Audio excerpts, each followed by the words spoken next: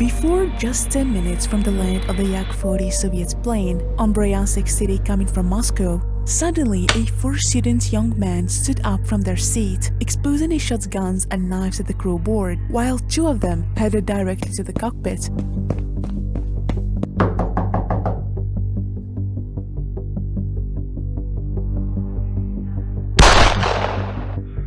They shoot one of the cockpit team and threatened the captain by putting a shotgun on his head.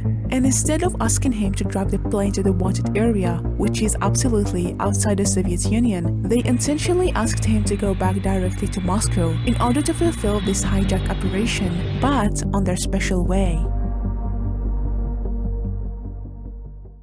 At this moment, no one was overstressing on the aircraft board more than the captain Ivan Kishin, who was surrounded by hijackers, but as Kishin, considered an experienced captain in the aviation, he was brave enough to use a secret button to signal hijacking of the aircraft to Bryansk airport that he was so close to it.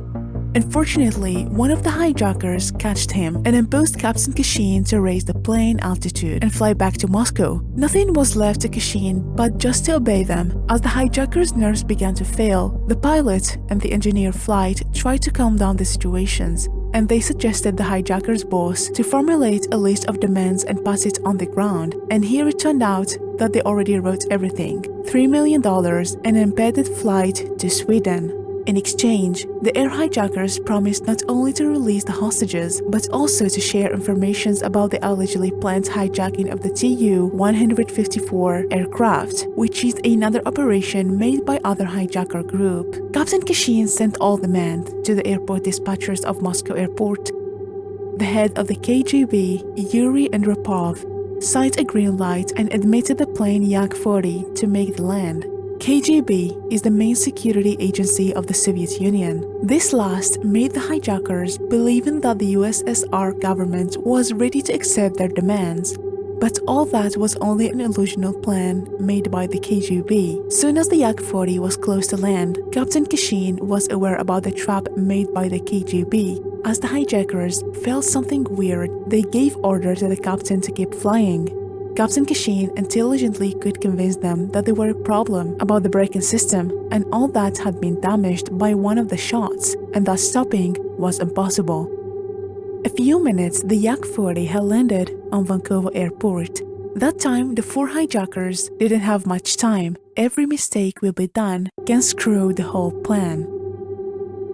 Without further ado, the hijackers demanded to fill the plane's fuel tank to capacity. The KGB agents knew if they obeyed that demand, the chance to catch them will be so little. Thus, they blocked the front of the plane with a refueler and without turning on the pumps, simulate the supply of the fuel.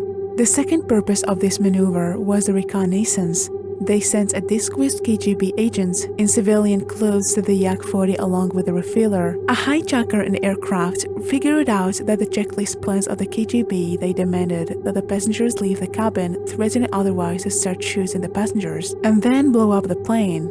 They recognized that the fuel supply had not actually been turned on, and here the KGB planned for other maneuver.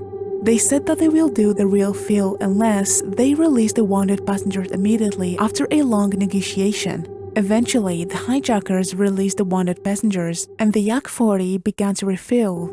While the plane were being filled with the fuel, the released passengers, or the hostages should say, were placed in the ambulance, and after the investigations, they discovered important things inside the plane. One of the main infos, how many terrorists were on board and what they were armed with.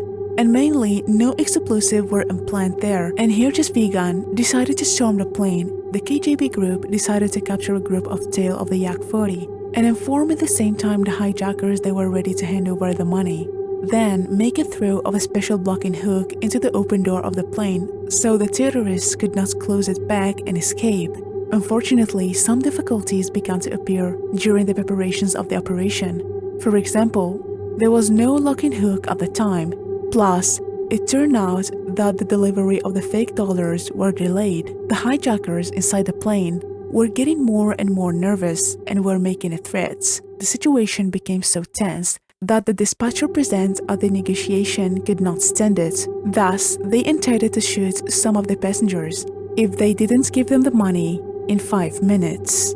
To To gain more time, the KGB officers began to convince the hijackers that they had not managed to collect the entire amount in Moscow and that they were only taking 1.5 million to the airport. And in exchange of 1.5 million, the security officers demanded that all passengers will be released, but they ended up by only releasing half of them. Meanwhile, 170 fighters from the Interior Ministry's internal troops joined the KGB group at Vnukovo. They started walking quietly in the fuselage of the plane. 15 p.m. the money was finally delivered to Vnukovo, but only $1,000 and a lot of newspaper and bills inside the case. After 30 minutes, an armored personnel carrier drove up to the plane, from which a policeman dressed in airline uniform got out with a briefcase in his hands. The operation didn't yet come admitted to move. Suddenly, one of the fighters in the security group made a sound, awkwardly by hitting his helmet on the fuselage of the plane.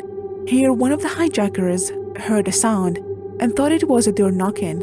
They sent Alexander Nikiforov to open the door for them, and luckily they saw the law enforcement officers. That made the situation worse. Their appearance put the entire operations at risk of the failure. The hijackers became so nervous they couldn't handle it anymore. Thus, they began to demand to just get them immediately out of the field. Here the security group started to move. On the head, Lieutenant Alexander Hijacking rushed forward the service hatch door. It was waged a fight using the guns by hijackers on the lieutenant. He got several bullets on his chest. Luckily, he was covered by a bulletproof vest. Thus, the whole security forces immediately opened return fire on the plane, and with no wasting time, one of the operatives managed to throw a locking hook on the Yak-40 hatch to prevent the escape, and the cabin of the Yak-40 instantly filled with the acrid smoke. All the intensive grenade battle happened there. No one of the hijackers could resist the fight. Thus, nothing was left for the hijackers' team boss, Viktor Romanov, who was just 16 years old, to do, but only to commit suicide when he realized that his plan to escape from the USSR had failed. Alexander Nikiforov had died after rushing to the hospital, and two others ended up in the hands of the justice.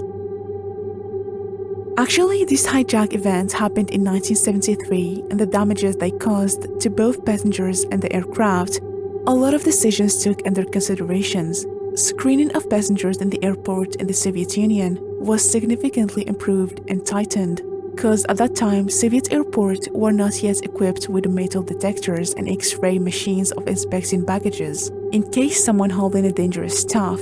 Also, a new department were created to tackle terrorism in the country, and it was given to the police officer Alexander Hijacking and the captain Ivan Kishin an award titled by the hero of the Soviet Union for the heroic intervention made by them.